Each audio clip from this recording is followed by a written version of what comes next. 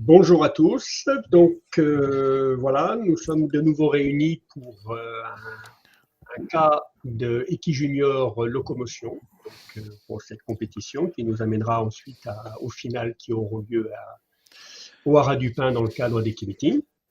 Donc nous avons en tout 15 équipes qui participent et aujourd'hui c'est une équipe franco-québécoise, une équipe franco-québécoise, voilà, qui va nous présenter un cas.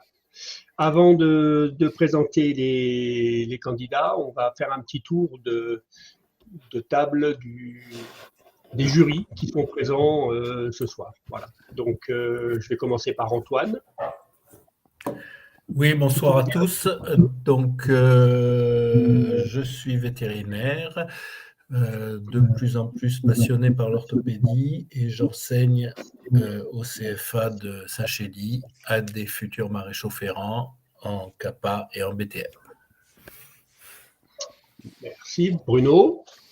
Oui, bonjour à tous. Bruno Bopp, vétérinaire à Toulouse et membre actif et passionné de cette équipe sympathique où on est content de vous accueillir. David. Bonjour à tous, Duquesne David, je suis maréchal ferrant à Genève, en Suisse. Donc j'attends vos cas cliniques avec impatience. Bon courage à vous. Louis. Oui, bonjour, donc je suis Bourdier, moi je suis maréchal ferrant en Haute-Savoie. Voilà, très heureux d'être là pour vous écouter. Luc, je ne vais pas oublier cette fois-ci. Non, vous m'entendez? Oui. Oui. Oui, donc Luc Leroy, donc maréchal ferrant en Normandie pendant de nombreuses années, maintenant en retraite, et très content de participer pour aider les jeunes. Merci. Xavier. Bonjour, moi, jeune maréchal ferrant installé dans le bassin du Limousin, ancien lauréat du concours et hâte de découvrir cette nouvelle présentation d'Equijunior. Merci. Claude. Bonjour, Claude Dorcy, du Québec. J'accueille des participants du programme Equijunior chez nous et puis je suis bien content de voir Léa aujourd'hui qui était venue automne passé avec son équipe, une équipe très dynamique. Alors, je souhaite bonne chance. Sébastien.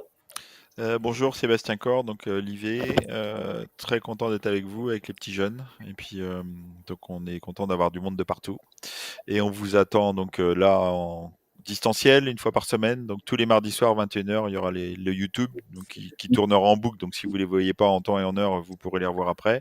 Il faudra poser des questions au cas clinique, donc par Facebook ou par Instagram, et donc chaque candidat répondra à ces questions-là pour animer un peu tout ça.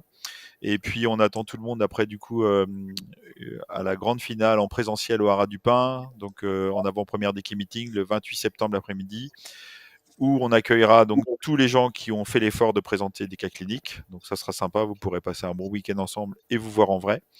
Et puis le jeudi après-midi, on accueillera aussi tous les étudiants en veto et maréchaux qui le souhaitent, ceux qui ont préparé des cas cliniques et ceux qui n'en ont pas préparé, à venir écouter donc en vrai les 8 meilleures équipes. Et puis passer une bonne soirée avec tout le monde, donc autour d'un bon repas et d'ateliers pédagogiques au sein des stands des sponsors. Donc ça sera sympa. Et puis vous pourrez profiter de rester pour Equimeeting.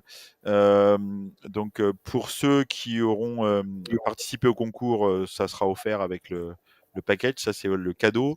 Et pour ceux qui n'auront pas participé au concours, l'accès à Equimeeting se fera à un prix très modique, aux alentours de peut-être 30 à 40 euros par jour, donc sur 2 jours, donc ça fait quand même un truc sympa avec les repas inclus. Donc vous pourrez venir tous passer un bon moment tous ensemble. Voilà. Et donc on vous laisse vous présenter l'équipe franco-québécoise. Donc Léa, si tu veux, on va commencer par toi. Oui, alors bonjour à tous, merci de nous accueillir. Donc moi c'est Léa Cordebar, je suis étudiante de dernière année à l'école vétérinaire de Lyon et j'ai pu dans le passé effectuer plusieurs stages à l'école vétérinaire de Montréal, à la faculté municipale de Montréal au Québec, où j'ai pu rencontrer nombre d'entre vous entre la France et le Canada. Et voilà. Aude. Aude. Bonjour, moi c'est Aude, merci de m'accueillir. Comme Léa, je suis en dernière année à l'école vétérinaire de Lyon et j'ai aussi pu bénéficier de la chance de faire des échanges à la faculté de médecine vétérinaire de Saint-Hyacinthe, où notre petit projet de monter une équipe franco-québécoise est née et du coup, je suis contente de pouvoir vous présenter ce projet. Top. Et votre allié Caribou, du coup, du moment, alors c'est Sarah, non, c'est ça? J'ai mal compris ton prénom. Sabine. Sabine, pardon, j'avais le début mais pas la fin, excuse-moi. Alors Sabine, bienvenue. Merci. Je suis désolée, là, j'étais pas chez moi aujourd'hui, donc je suis comme improvise pour trouver une connexion Internet, donc il n'est pas super, c'est pour ça que je ferme ma caméra pour être sûre de bien vous entendre. Mais dans le fond, moi j'étudie à la faculté de médecine vétérinaire à Saint-Hyacinthe, je suis présentement en 2e année, puis j'ai rencontré Aude et Léa en fait en allant dans un congrès au Texas, puis quand ils nous ont approchés pour le projet, moi j'étais super partante, donc je trouve ça vraiment cool. Merci beaucoup. Super. Et donc, du coup, le sponsor du jour, c'est la société Centravet, qui nous a aussi suivis dès le début pour l'aventure Equijunior, parce qu'Equijunior, c'est un groupe de bénévoles, là. On aime bien les pieds, on aime bien être ensemble et rigoler, donc c'est cool. Et puis, pour pouvoir accueillir tout le monde et puis payer à manger à tout le monde et vous accueillir et tout ça, donc il y a des sponsors. Et donc, le sponsor du jour, c'est la société Centravet, représentée par Frédéric Pozzi. Bonjour à tous, je me présente, je suis Lionel Franceschetti, délégué commercial Centravet pour la région PACA et référent équin pour la société. À titre personnel, je suis également cavalier de saut d'obstacle. Centravet est une coopérative vétérinaire qui vient de fêter ses 50 ans. Notre mission est d'approvisionner les vétérinaires praticiens en médicaments, en consommables, en matériel et en aliments. Nos établissements présents sur l'ensemble du territoire national, avec 9 établissements, plus de 550 collaborateurs sont mobilisés pour réparer et livrer quotidiennement nos clients vétérinaires coopérateurs. Nous sommes particulièrement attachés à être toujours au plus près du terrain. C'est pour nous la garantie de comprendre les besoins actuels et futurs de nos clients et d'anticiper les évolutions. Cette proximité s'exprime de différentes façons, et notamment au travers de nos engagements en faveur de la formation, qui plus est lorsqu'il s'agit de formation de générations futures de praticiens. C'est là tout le sens de notre soutien à Equimeeting Junior. Centravet est fier de soutenir pour la 4e année cette superbe initiative qui tire toujours plus haut la collaboration entre maréchaux et vétérinaires. Un grand coup de chapeau aux organisateurs et tous nos vœux de réussite aux équipes. Donc je vais passer du coup votre vidéo et puis on se voit à la fin pour la session des questions-réponses. Bonjour à tous, nous sommes l'équipe québécoise de la faculté de médecine vétérinaire de Montréal, localisée à Saint-Hyacinthe, et nous allons vous présenter un cas clinique intitulé 4 jambes de bois. L'équidé que nous allons vous présenter dans ce cas clinique se prénomme Moé. C'est un non-gralfinger de 15 ans, correctement vacciné et vermifugé, vivant à l'extérieur. Son alimentation est composée de foin de première coupe à volonté et de concentré. Il a été présenté le 16 janvier 2022 pour déshydratation, hyperthermie et fourbure, suite à une surcharge en gras d'un temps de la veille. Au niveau de ses antécédents, on retrouve en janvier 2022 un épisode de fourbure, des abcès de pieds fréquents, mais également une suspicion de syndrome métabolique équin et ou un syndrome de Cushing associé à une perte de poids récente. Afin de faciliter la compréhension et le suivi de ce cas, nous avons réalisé une frise chronologique qui sera utilisée tout au long de cet exposé. Moé est donc admis au centre hospitalier vétérinaire de Saint-Hyacinthe le 16 juin 2022 pour fourbure sévère. Comme évoqué précédemment, Moé est admis en urgence avec une déshydratation sévère, des signes de fourbure au niveau de 4 pieds et globalement des désordres électrolytiques et acides basiques importants. Un plan thérapeutique en conséquence est établi et réalisé. Suite à l'admission de Mo, le 17 juin, l'équipe du CHUV procède à la prise de première radiographie des 4 pieds. Avant d'analyser les radiographies, il est important de mettre certaines bases. La fourbure et l'effondrement mécanique des lamelles ainsi que le déplacement de la phalange distale dans la capsule du sabot. Elle peut se présenter sous différentes formes, comme par exemple la rotation capsulaire dorsale, un déplacement distal, un déplacement médial ou encore latéral. On peut aussi retrouver une fourbure qui combine tous ces éléments. Le déplacement le plus courant est la rotation capsulaire dorsale de la phalange distale. Lors de cette rotation, si elle est importante, l'instabilité de la phalange distale combiné au poids du cheval entraîne souvent un affaissement de la semelle ou encore une pénétration de la phalange distale à travers celle-ci. Pour ce qui est des valeurs de référence, l'épaisseur de la sole devrait se situer entre 11 et 15 mm. L'épaisseur de la paroi dorsale devrait être entre 14 et 22 mm. Pour ce qui est de l'angle palmaire, il devrait se situer entre 3 et 5 degrés. Et on dit que la paroi dorsale du sabot devrait être parallèle à la face dorsale de la phalange distale. Ainsi, lorsqu'on analyse les radiographies, on peut conclure qu'il y a fourbure au niveau des 4 pieds qui semble être plus marquée au niveau des membres thoraciques. Lorsqu'on parle d'angulation, on fait référence à l'angle qu'il y a entre la paroi dorsale du sabot et la face dorsale de la phalange distale. Ainsi, il y a angulation de 14 degrés pour le membre thoracique gauche, 21 degrés pour le membre thoracique droit, 2 degrés pour le membre pelvien gauche et 4 degrés pour le membre pelvien droit. De manière plus générale, on remarque une déformation marquée de la boîte cornée, un épaississement d'au moins 33 mm de la paroi dorsale en pince, ainsi qu'une infiltration de gaz pour ce qui est des membres thoraciques. Pour les membres pelviens, on remarque une perte partielle de la distinction des couches de la paroi dorsale du sabot, ainsi qu'un épaississement d'environ 21 à 22 mm de la paroi dorsale. Pour ce qui est du plan thérapeutique, Mo reçoit de l'acépromazine 0,01 mg/kg IV TID, de la glace aux 4 pieds changée aux 2 heures, du KCL 40 g Péros CID, de la phénylbutazone 2,2 mg/kg IV PID et il a été placé dans une sling. Suite aux premières radiographies prises le 17 juin, l'équipe du CHUV décide de faire un deuxième suivi radiographique le 20 juin. Suite à ce deuxième suivi, l'équipe du CHUV a remarqué l'aggravation de la fourbure au niveau des membres thoraciques. La ferrure a donc été retirée. Pour ce qui est des membres thoraciques, il y a épaississement de la paroi dorsale encore plus marqué. Pour le membre thoracique gauche, l'angulation de la phalange distale est de 18 degrés et l'épaisseur de la sole résiduelle est de 3 mm. Pour ce qui est du membre thoracique droit, l'angulation de la phalange distale est de 22 à 23 degrés et la paroi dorsale est sévèrement altérée avec des zones gazeuses. Ainsi, Mo a été gardé dans une sling et la glace est changée aux heures plutôt qu'aux 2 heures. Pour tenter d'améliorer la condition de Mo, un parage des 4 pieds a été réalisé le 23 juin dans la sling accompagné d'un suivi radiographique. Par rapport au dernier contour radiographique, la fourbure s'est stabilisée au niveau du membre antérieur droit ainsi que sur les 2 membres postérieurs. Malheureusement, au niveau du membre antérieur gauche, la situation s'est dégradée avec un épaississement de la paroi dorsale encore plus marqué et une angulation de la phalange distale plus importante, mesurée ici à 21 degrés. Le parage est donc réalisé dans la sling et les résultats radiographiques sont présentés sur cette diapositive. Donc, au niveau des 2 membres antérieurs, le parage a permis d'améliorer la conformation du pied et de réduire l'angulation de la phalange distale, passant à 12 degrés pour le membre thoracique gauche et 14 degrés pour le membre thoracique droit. Cependant, la situation est toujours délicate. En effet, sur ces 2 radios, l'apex de la phalange distale est très proche de percer la sole. Suite à cette intervention, Mo est toujours maintenu dans la sling et de la morphine a été rajoutée au plan thérapeutique. Lors de cet examen radiographique, une trouvaille a été faite au niveau du membre postérieur gauche.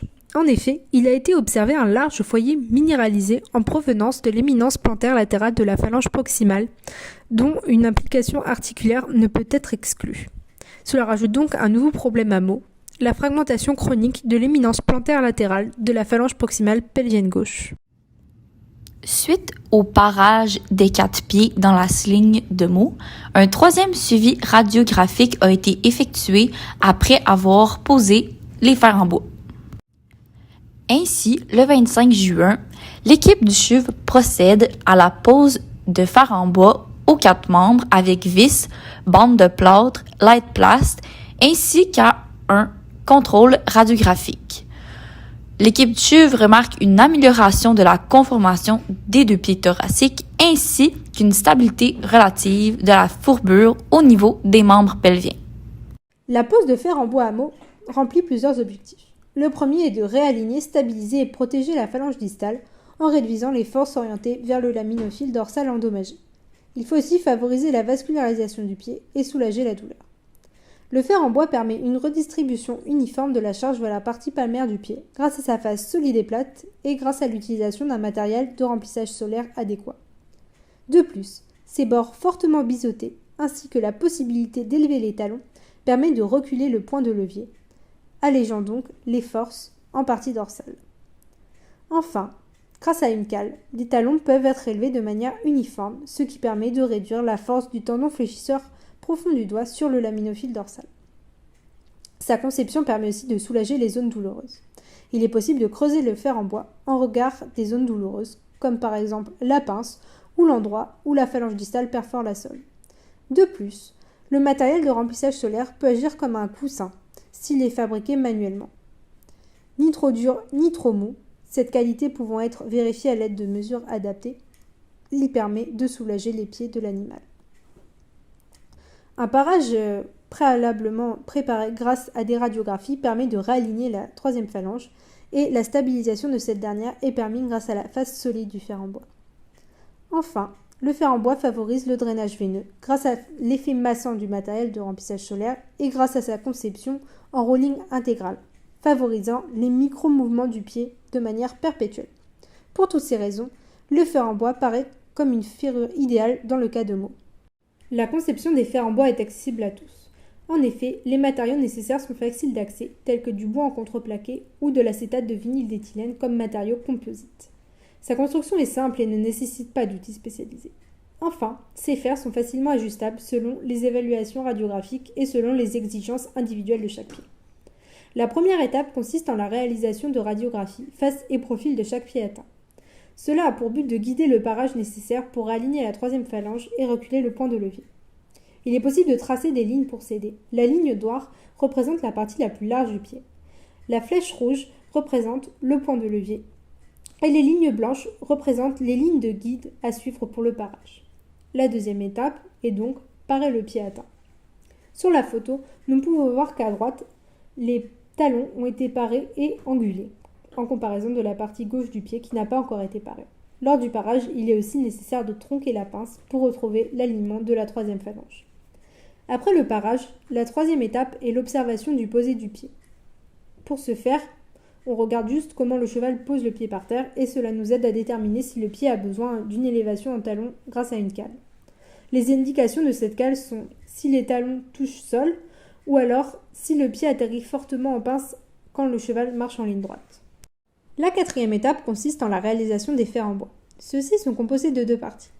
Une basse d'une épaisseur de 1,1 cm et avec des bords biseautés à 45 degrés. Et une plus haute d'une épaisseur variant de 0,64 à 0,95 cm dont les bords sont verticaux.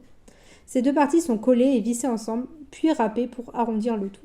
Une cale peut être ajoutée au montage si nécessaire. Il est aussi possible de creuser la surface du fer en bois pour soulager les zones douloureuses comme expliqué précédemment. Il est aussi possible d'ajouter une solution antiseptique au niveau de la zone de contact avec la troisième phalange.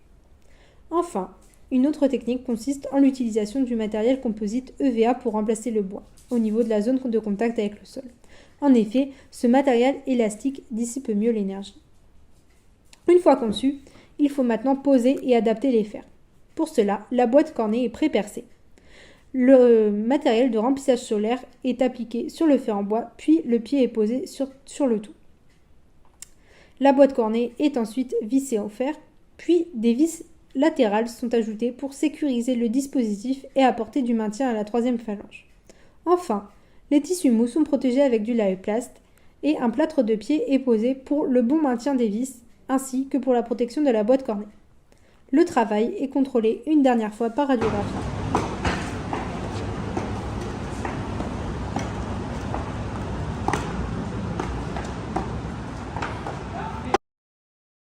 La première vidéo est réalisée 3 semaines après la pose des fers en bois. On voit donc l'amélioration du confort de mot.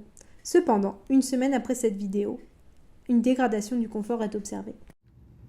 1 mois après avoir posé les fers en bois, l'équipe du CHUV procède à un 4e suivi radiologique. Ainsi, la fourbure semble s'être stabilisée au niveau des membres thoraciques. Malheureusement, il semble y avoir détérioration de la fourbure au niveau des membres pelviens avec décollement lamellaire extensif. Plus précisément, les membres thoraciques possèdent une bande coronaire irrégulière avec angulation de 10 degrés et 14 degrés respectivement pour le membre thoracique gauche et le membre thoracique droit. Pour les membres postérieurs, il y a une paroi dorsale plus opaque ainsi que la présence de gaz, ainsi qu'une angulation de 16 degrés et 7 degrés respectivement pour les membres pelviens gauche et les membres pelviens droit. Ainsi, l'équipe du CHUV procède à une nouvelle pose de fer en bois aux 4 membres. Suite à l'amélioration clinique de Moé et l'absence de soins thérapeutiques conséquents, sa sortie est possible et prévue pour le 1er août. Moé est donc autorisé à quitter le centre hospitalier vétérinaire et à rentrer chez lui. Il prendra une fois par jour par voie orale de la phénylbutazone à 2,2 mg/kg. Sa fonction rénale sera suivie en conséquence avec un dosage de sa créatinine sanguine par son vétérinaire traitant. Un suivi du confort avec un confinement en box strict et une litière épaisse sera nécessaire jusqu'à sa réévaluation dans 5 semaines, de même pour sa régie alimentaire qui doit incorporer une diminution des hydrates de carbone et mener à une perte de poids. Sa convalescence chez lui se déroule sans encombre et Moé est représenté au centre hospitalier vétérinaire pour un contrôle 5 semaines plus tard, soit le 28 août. Les résultats des examens radiographiques réalisés lors de cette réévaluation sont très encourageants. Il y a une nette amélioration de la rotation de la 3e phalange pour les membres thoraciques et pelviens gauche, avec une diminution de l'angulation de 1 degré pour le membre thoracique et de 10 degrés pour le membre pelvien. L'angulation est stationnaire pour les membres thoraciques et pelviens droits. Il en est de même pour l'épaisseur de la sole, qui est très satisfaisante puisque supérieure ou égale à 10 mm pour les 4 membres. Cela est très encourageant pour le suivi de Moé. Un changement de ferrure est donc décidé et sera entrepris 2 jours plus tard. Un bon confort et une perte de poids sont également remarqués. Le 30 août, l'équipe du CHUV procède à la pose de fer en acier aux 4 pieds. Au contrôle radiographique suite à la ferrure, on note une amélioration des 4 membres, excepté qu'il semble moins marqué au niveau du membre postérieur droit. Le membre thoracique gauche possède une angulation de 3 à 4 degrés, le membre thoracique droit une angulation de 3 degrés, le membre pelvien gauche une angulation de 2 à 3 degrés et le membre pelvien droit une angulation de 5 degrés. Pour tous les membres excepté le membre pelvien droit, il semble y avoir des zones gazeuses davantage superficielles que précédemment au parage et au ferrage, et l'angle solaire de la phalange distale est réduite.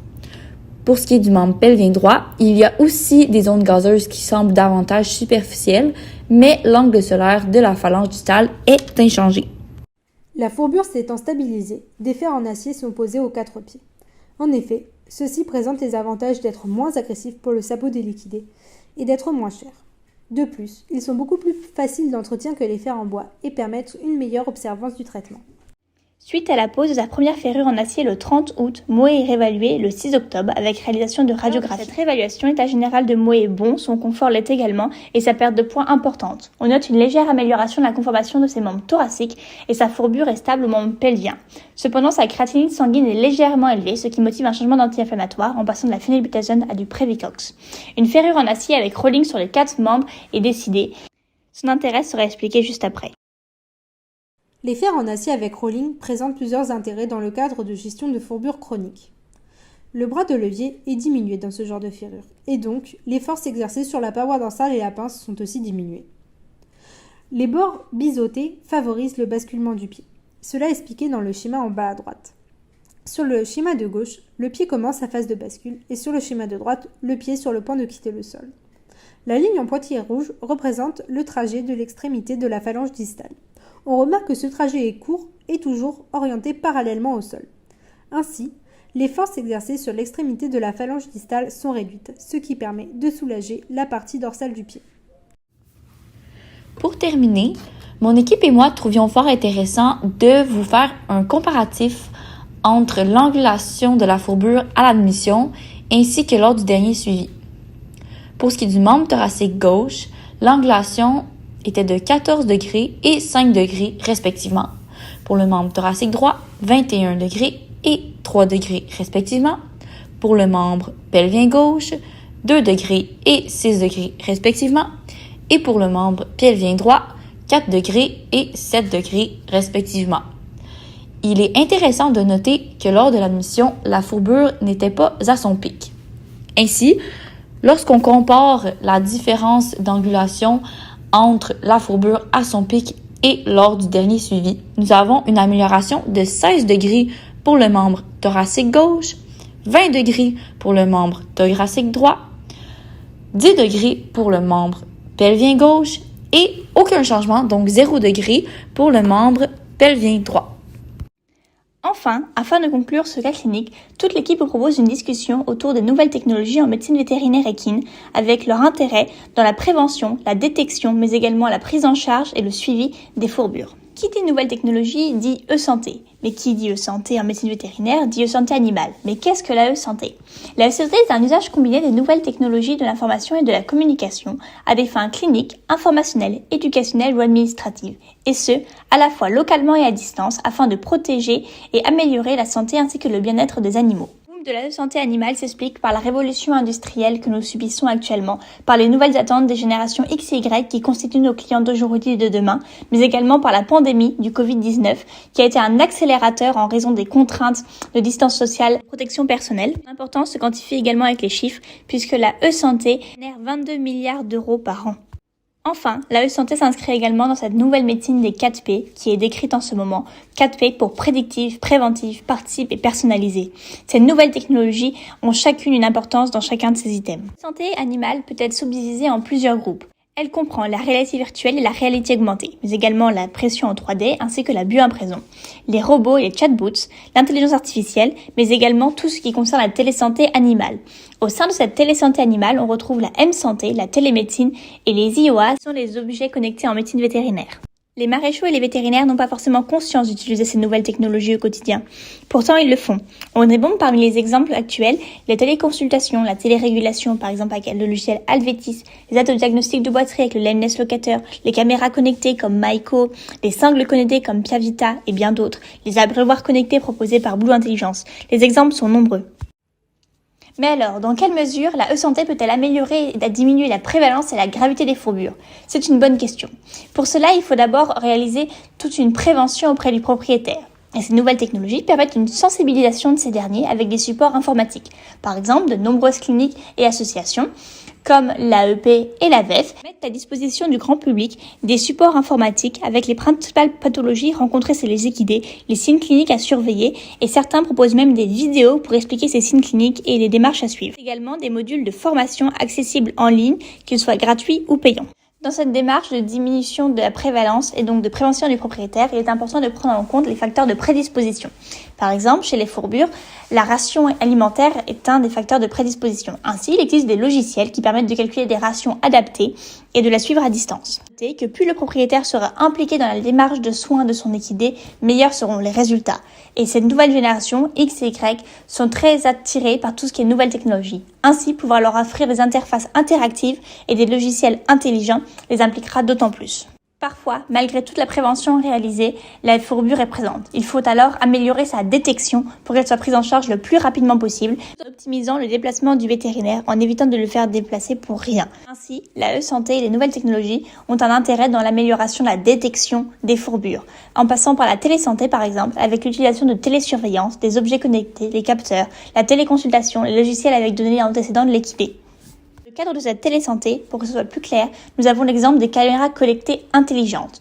Donc par exemple, ici vous avez Myco, c'est une interface qui permet de suivre son équidé à distance et qui permet de détecter un changement de comportement, une posture anormale, une augmentation ou une diminution du temps couché et de l'activité dans le box. Cela permet également de détecter les fugues pouvant entraîner une consommation excessive d'aliments, comme cela a été le cas avec Moho. L'intelligence artificielle inclue dans ce logiciel permet d'ajuster les paramètres en fonction de la clinique de l'équidé et d'optimiser la détection des pathologies, dont les fourbures. Par exemple, si vous avez un animal à risque ou un animal qui a des comportements récurrents mais qui ne sont pas symptomatiques de fourbure, vous pouvez adapter le logiciel à cela pour ne pas être prévenu trop tard ou trop tôt. Une fois la fourbure détectée, il est important d'avoir une prise en charge rapide et adaptée de l'équidé. Pour cela, les nouvelles technologies permettent d'améliorer l'anamnèse avec les enregistrements permis par la télésanté. Il est également possible d'utiliser des capteurs et des logiciels pour aider le vétérinaire dans sa prise de décision. De même pour les maréchaux. Enfin, il est possible de faciliter la coopération entre le vétérinaire et le maréchal ferrant, qui est indispensable lors de la prise en charge de fourbure et son suivi via les interfaces connectées. Par exemple, il existe l'entreprise Equico qui permet des solutions digitales pour les maréchaux et les vétérinaires. Il propose par exemple l'application OofTrack qui est disponible sur toutes les plateformes et qui s'utilise avec un système de mesure qu'il est possible d'acquérir en ligne. Son utilisation est reconnue par de nombreux vétérinaires et maréchaux ferrants. Ainsi, il est possible d'améliorer le suivi de l'équidémie. Il est également possible d'améliorer l'information sur le pronostic. En effet, afin de donner une valeur pronostique la plus fiable possible aux propriétaires, il est possible d'établir un score de fourbure. Ce score, par intermédiaire de plusieurs études statistiques informatisées, a permis de relier un score de fourbure à un pronostic avec notamment un nombre de jours nécessaires pour une récupération fonctionnelle. Ainsi, les nouvelles technologies interviennent à plusieurs moments dans la prévention et la prise en charge des fourbures. Cela intervient à la fois dans la prévention auprès du propriétaire, son information, ça permet d'améliorer la détection de ces fourbures, mais également sa prise en charge, son suivi, et enfin améliorer l'information sur le pronostic et donc sur les engagements du propriétaire. Il existe de nombreux autres exemples d'outils et d'applications aux nouvelles technologies lors de la prise en charge des fourbures. Cependant, il est important que nous gardions en tête qu'il faut que nous soyons, nous, vétérinaires et maréchaux ferrants, acteurs de cette évolution numérique afin que son utilisation en soit la plus pertinente possible. C'est ainsi que se conclut le cas clinique de l'équipe de la faculté de médecine vétérinaire de Montréal. Nous vous remercions tous très chaleureusement pour votre attention et sommes à votre disposition pour toute question.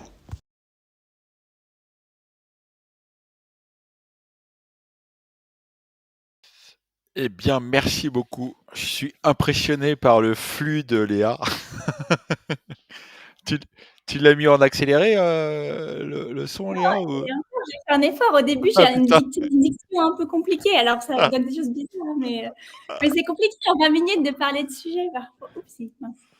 Ah, tu pourrais aller plus vite, en fait, c'est ça? Du coup, tu pourrais parler plus vite. Bon, alors, on va y aller. Hein. Qui c'est qui va poser une question? Avec Xavier.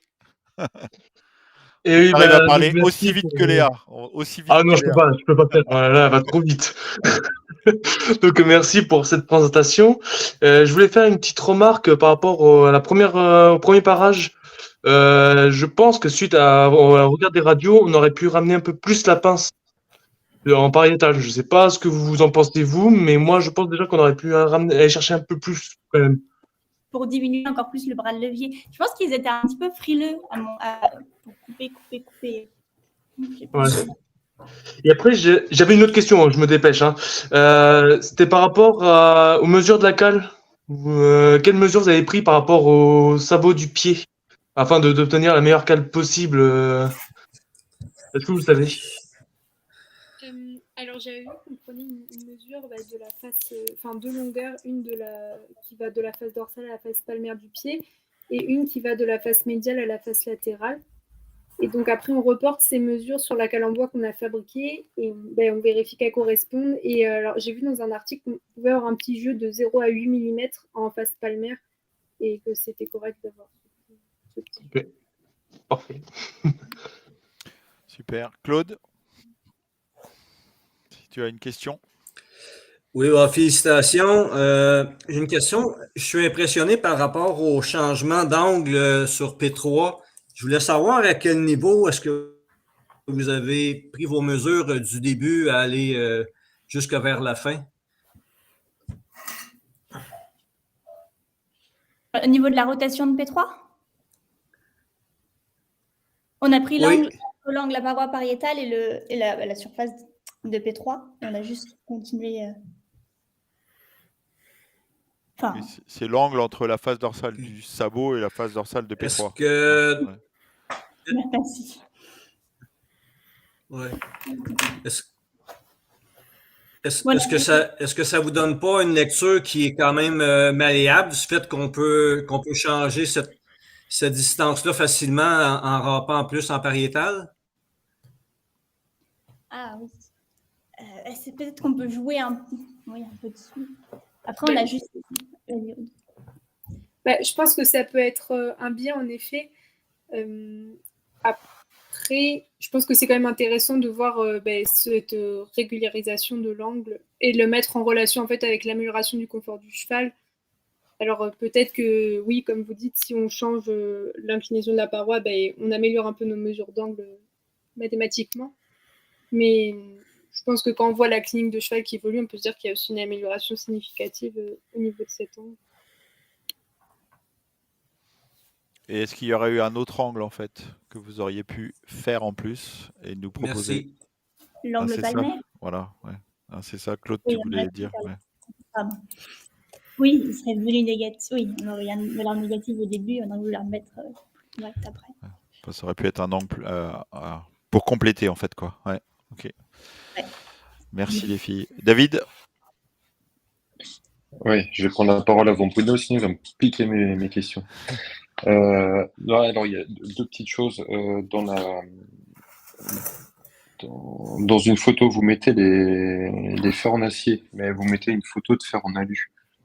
Bon, alors après, je ne sais pas si vous vouliez parler des fers acier ou fer alu, mais bon. Après, sur un fourbu, que ce soit acier ou alu, bon, après, personnellement, je suis plus alu, mais bon, c'est un petit détail. La vraie question, c'était lors de la pratique, quand vous prenez les pieds du cheval, est-ce que elle est encore dans la sangle ou vous lui prenez les pieds comme ça? Parce que je sais que Lorenzo, lui, il déteste qu'on prenne et qu'on garde les pieds trop longtemps en l'air. S'il n'y a pas de soutien, surtout sur un cas aussi critique que le vôtre, il est tout le temps en train de râler. Il ne faut pas le garder plus de, je ne sais plus si c'est 10 ou 15 secondes, un truc comme ça, pour éviter justement que le flux sanguin soit arrêté dans le pied. Est-ce que vous l'avez fait soulever ou pas du tout? Le premier barrage était fait dans la sling, le tout premier. Donc là, elle était quand même un peu soutenue, mais pas de tout son poids. Elle n'était pas non plus surélevée par rapport au sol, comme on pourrait l'entendre avec une sling. Mais elle était vraiment juste soutenue. Et les autres appareils ont été faits en dehors de la sling, mais vraiment à côté du box, donc ce qui permettait de ramener le cheval rapidement. Et ça a été fait le plus vite possible à chaque fois. Ok. Ça répond à la question. Ça a coupé, mais c'est pas grave. Non, c'est quoi? Tu voulais un complément, David? Non, parce que ça a coupé, j'ai pas entendu, alors c'est pour ça. Ah oui, bah recommence-les alors. Ouais, écoute. Alors, le premier parade a été effectué dans la sling. Et là, le cheval n'était pas suspendu non plus, il était juste aidé, donc maintenu. Et le deuxième, par contre, a été utilisé et fait juste devant son box, dans l'aire de soins. Et comme ça, il est vite revenu. Et à chaque fois, les parages étaient le plus rapide possible. Donc, le vétérinaire, Maréchal Ferrand savait très bien ce qu'il voulait faire pour aller vite, et hop, le cheval. Ok, donc il avait pris en compte le fait de ne pas garder le pied trop longtemps lors des soins. Ok, super. Okay. Donc maintenant, on a Franck. Oui, donc en fait, juste pour rebondir sur ce que vous venez de dire, là, je trouve que a priori, si le cheval reste dans son filet là, le temps de faire le parage, c'est peut-être pas plus mal en fait, hein, parce que ça permet de décharger autant l'autre membre, quoi, hein. Donc voilà, mais c'était pas ma question. Moi, ma question, c'était justement par rapport à ces fers acier dont a parlé David là, qui était sur la photo qu'on a lue. Est-ce que en plus de ces fers, est-ce que vous avez apporté un soutien sur la partie postérieure du pied ou juste le fer comme ça? Non, enfin, alors la transition a été directement faite avec les fers. Il n'y a pas eu de soutien particulier ajouté à la face postérieure du pied. Qu'est-ce que vous en pensez, vous, de ça? Pardon, j'ai juste pas entendu. Qu'est-ce que vous pensez de ça? Est-ce que je ne sais pas, c'est bien, c'est pas bien? Qu'est-ce qu'on peut faire pour optimiser peut-être l'appui? On aurait peut-être mettre des fers en cœur juste après. Je me demandais si on pouvait pas mettre des fers ouverts en face après les fers en bois avant de repasser directement sur une ferrure en plastique classique. Mais je pense que les propriétaires étaient un petit peu à bout de ce qu'ils pouvaient faire. Je pense qu'effectivement, ça a dû lui coûter un bras quand même en tout. Il y a eu quand même combien? 6 fois des radios, je crois, plus l'hospitalisation, plus et la glace toutes les heures. Ça a duré combien de temps, ça? Ça, c'était plutôt qu'en phase aiguë au début. Mais bon, la main d'œuvre est pas chère au propriétaire. La main d'œuvre est pas chère. Merci en tout cas, merci à vous. Ok. Alors là, j'ai le choix entre Antoine et Bruno. Alors, comme Bruno, il pique toujours les questions des autres, on va passer Antoine d'abord.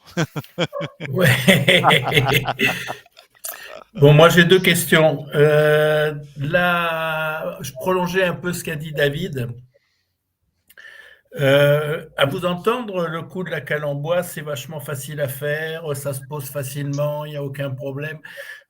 Moi, j'aimerais savoir un peu qui c'est qui les a faites, ces cales en bois, hein, et la pose, comment ça se passait. Alors, tant que le cheval était dans la slim, on peut comprendre, c'est assez facile, mais sinon, est-ce qu'il y a eu besoin d'aide thérapeutique? Moi, il m'arrive de me faire poser maintenant des cales en bois, mais le maréchal est en général content que je sois là pour sédater un peu le cheval et lui sensibiliser les pieds. Et puis, une autre question purement théorique, en phase aiguë, ça sert à quoi le chlorure de potassium?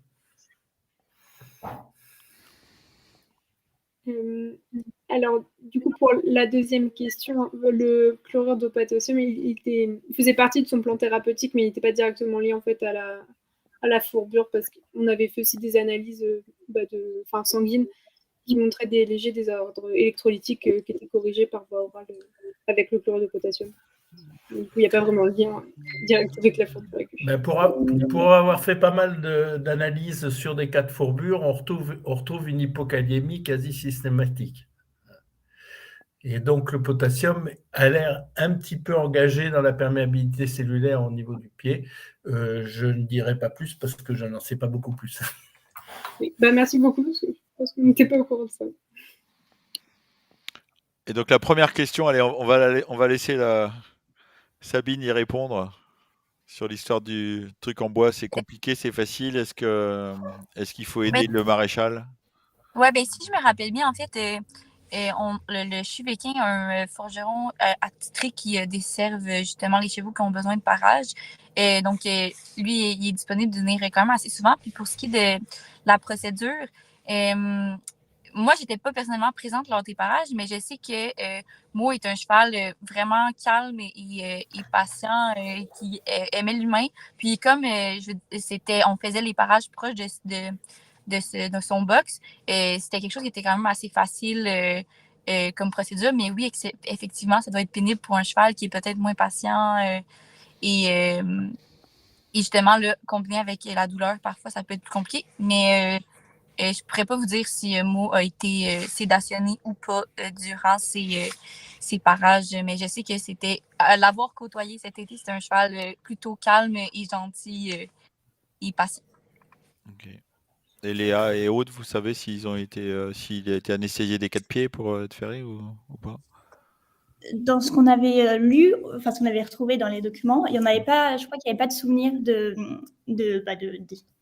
quoi que ce soit pour le tranquilliser. C'est vraiment un cheval, qui est avec son bel embonpoint. Il était vraiment très calme, donc on n'avait pas trop de problème à le manipuler, même pour mettre la glace sur les pattes, il n'y avait pas de souci par rapport à ça. On pouvait le soulever d'un côté ou de l'autre. Bon, il n'était pas confortable, mais il n'était pas désagréable non plus, il était assez malléable.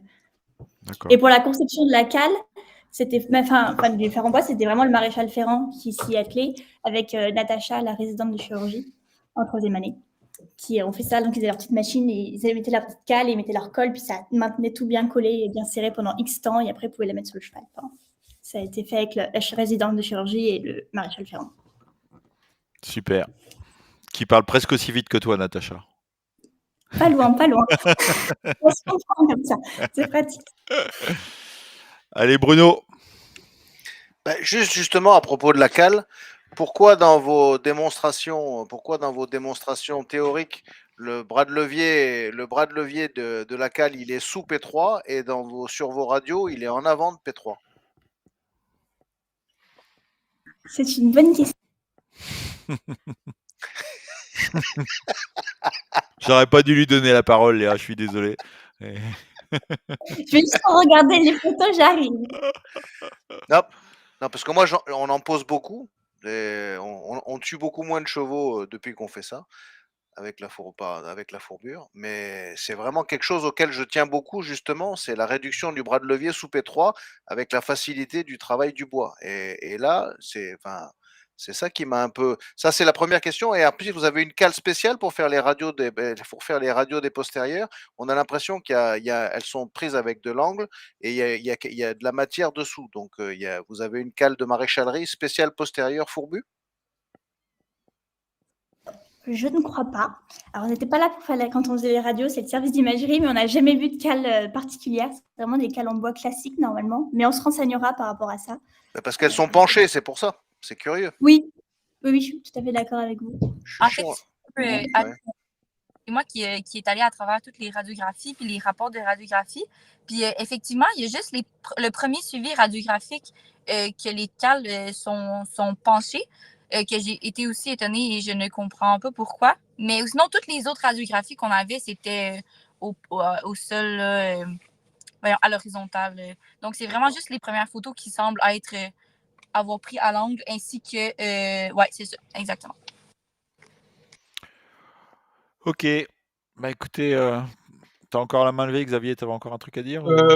Non, c'était juste une petite remarque, parce que c'est peut-être mes yeux qui me font défaut. Sur les dernières radios, j'ai l'impression entre la P3 et la paroi, il y a une séparation. On a une ligne de séparation sur les 4 pieds. Je sais pas si c'est mes yeux qui me font défaut ou pas, mais on les avait pas sur les premières radios. Non, mais elles sont bien présentes. Tu vois bien clair, Xavier. Ok, ouais, je me disais bien que j'étais pas encore trop bigleux. Mais...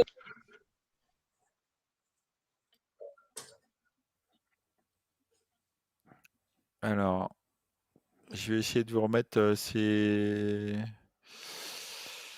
Où est-ce qu'elles sont les radios? Là, pardon. La 38, la 30, pardon. Oui, ça va? Oui, ou celle d'avant, c'est un peu plus grosse sur la diapositive numéro 30. Si vous voulez. Ah, mais là, c'est les trucs qui sont... Encore avant, tu veux dire? Attends. Oui, deux slides avant. Vous avez juste les dernières radios. Ah, c'est bon?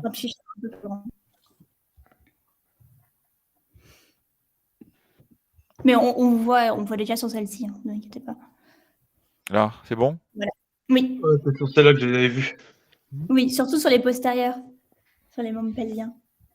En fait, ça avait été noté dans le rapport radiologique qu'il semblait encore avoir des zones gazeuses là, pouvant s'apparenter à une espèce de décollement. Là, mais il disait que ça semblait plus superficiel, mais c'est vrai qu'on dirait qu'ils sont plus irréguliers dans les radios d'avant, mais quand on va vers la fin, ça fait vraiment comme une belle ligne, une belle distinction. En fait, il est en train de perdre ses pieds, c'est avec tout le sirop d'érable, non? Ça doit être ça. Oui. Mais cliniquement, il était vraiment bien mieux, donc on n'allait pas le garder pour ça. Donc, il a ses suivis réguliers pour vérifier que rien ne dégénère. Et pour l'instant, tout va bien. Eh ben, il a bien perdu du poids aussi. Il a bien maigri. C'est bien. Bravo. Eh ben, les jeunes, bravo. Hein. On est arrivé au bout de notre enregistrement, de notre marathon. Voilà. Parce que c'est le 5e de l'après-midi. En tout cas, on vous remercie beaucoup. C'était très sympa de tous vous avoir. Et puis, Aude et Léa, vous allez bientôt être au Québec aussi. Fin juillet, c'est ça, hein, du coup? Oui, il est 2 juillet, on commence. Ouais. Donc, Claude, tu vas pouvoir en profiter, alors, du coup, pour revenir te coacher. Voilà. Et Sabine, ouais. Ouais. On viendra vous voir si c'est possible. Ils font bien pour venir tout de suite. Ouais, voilà. Claude, il va pouvoir travailler son flow et parler aussi vite que Léa. Ouais. J'ai fait un effort. Ouais. Mais bon, encore merci beaucoup à tous de nous avoir eu aujourd'hui. Ouais, c'était très sympa. On espère représenter une autre équipe québécoise encore aux prochaines éditions. Tout repose sur Sabine maintenant. Super, ok. Alors là, tu as du challenge, Sabine, là, parce que... C'est vraiment le fun de faire ça l'année prochaine. Ouais, donc c'est cool. Et donc tu te débrouilleras pour venir nous voir au Haras du Pin? Oui, je vais essayer. Je vais en parler avec Léa et autres pour avoir plus d'informations. Puis je vais voir avec mes cours qu'est-ce que je peux faire pour essayer de me déplacer. Ouais, ça serait cool. Ça serait super. Voilà. Donc c'est bien. Donc tu peux demander tu pourras monter dans la valise de Claude s'il vient, quoi. Mais faut que tu te fasses toute petite, quoi, du coup. Mais bagage en soute.